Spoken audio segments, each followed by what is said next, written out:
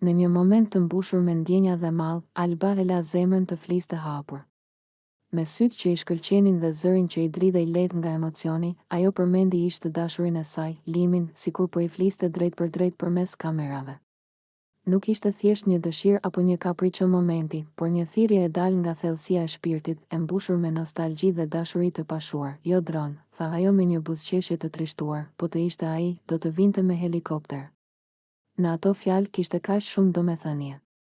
Helikopteri për të nuk ishte thjesht një mjet, por simboli një dashurie të madhe, të fortë, të guximshme, të tillë që nuk njeh kufi. Do të vinte me helikopter, me dron, madje edhe me parashut, vazhdoi ajo, sikur po ndërtonte në mendjen e saj një sken filmi romantik, ku dashuria fiton mbi gjithçka. Alba e imagjinonte Limin duke zbritur nga qielli vetëm për të, duke sfiduar distancën, kohën dhe harresën. Për të, ai ishte njeriu që dikur do të bënte gjithçka për ta parë, për ta përqafuar, për t'i thënë se nuk ishte vetëm.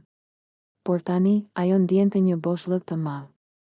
Më duket se më ka harruar, tha me një pëshërtim të thellë, dhe ajo fjali ra rënd, si një dhimbje e mbajtur gjatë në heshtje. Në ato çaste, Alba nuk po kërkonte famë, as vëmendje. Ajo po kërkonte një shenjë.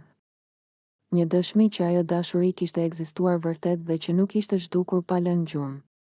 Big Brotheri, me gjithë zhurmën dhe dritat e tij, për të u kthyer në një vend rrëfimi, ku zemra e saj u zhvesh nga krenaria dhe foli sinqerisht, ishte një moment i pastër romantik, i dhimbshëm dhe i bukur njëkohësisht. Një vajzë që ende beson se dashuria e vërtet nuk vdes, se ndoshta diku, Limi po e sheh, po e dëgjon dhe ndoshta, vetëm ndoshta, do të kujtohet. Dhe nëse jo me helikopter, dron apo parashut, të paktën me një mendim, një ndjenjë që t'i tregoj se ajo nuk ka qenë kurrë e harruar.